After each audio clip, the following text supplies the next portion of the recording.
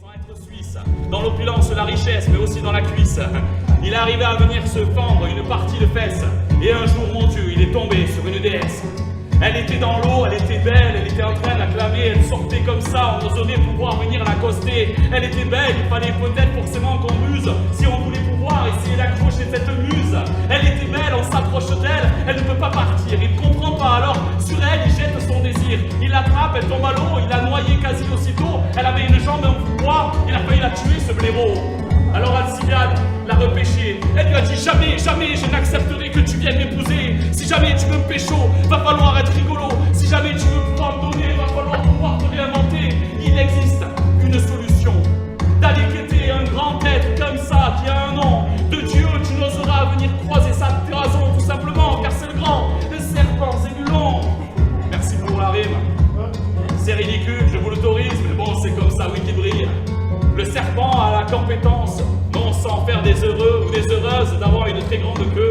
Je suis désolé, mais c'est quelque part ce qui la charme. Et en plus, elle pourrait s'en servir peut-être même de canne. Cette déesse-là a besoin qu'il donne ses armes pour pouvoir essayer de la conquérir. Et à la fin, lui déclarer sa flamme. Alors il part, comme ça, en quête pour pouvoir la choper. Mais il apprend sur les chemins qu'il lui faudra une baguette. Alors il va voyager en Gaule profonde pour pouvoir rencontrer le plus grand boulanger qui va lui fournir de magiques baguettes. Avec sa baguette de français, il sait que le serpent il va pouvoir pétrifier. On lui a dit, selon les légendes, qu'il avait la possibilité de pouvoir le vaincre et même peut-être de faire repousser les jambes. Il est trop hippie, il est trop heureux, il commence à courir. Il s'approche de lui pour pouvoir essayer de le vaincre, mais pire, le serpent commence à s'adresser à lui pour le mettre en garde et lui dit « Attention l'ami, depuis Zébulon.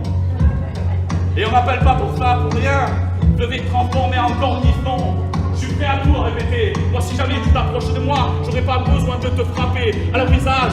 Car en 2 temps 3 mouvements pour les contes d'Arolade, je viendrai ici te combler, je te transformerai en kebab. Avant fait, viens donc l'ami, je vais te montrer comment on se bat. C'est mis, alors, et Vini il commence à s'affronter, ça se bat dans tous les sens. À la fin, forcément, il a besoin de renaître comme le forêt de phénix de ses cendres se perd. Il s'est là en train de se rendre à une évidence. Il est en train de perdre face à ce serpent qui est trop grand pour lui. Il est en train de reculer petit à petit. Alors il va prononcer les propos magiques pour pouvoir éviter que la fin ne vienne ici. Si jamais tu ne penses pas, il a besoin d'être un seul homme. Il crie à la Jacques Tarès et ici Calonne. Et de la baguette magique, un trait est parti, pétrifiant tout de suite. Le serpent qui tombe sans vie et sans arrêt. Il est consommé direct pour pouvoir être bouffé bien en tête. Il est consommé à la méthode non point des Français, des Anglais ou bien des Russes, non. Il est conformé grâce à une cuisine, celle d'Apicius. On l'a mélangé à la sauce tomate. Et à la fin, il deviendrait... Qu'est-ce que c'est ce jardinier Cucus? Merci beaucoup.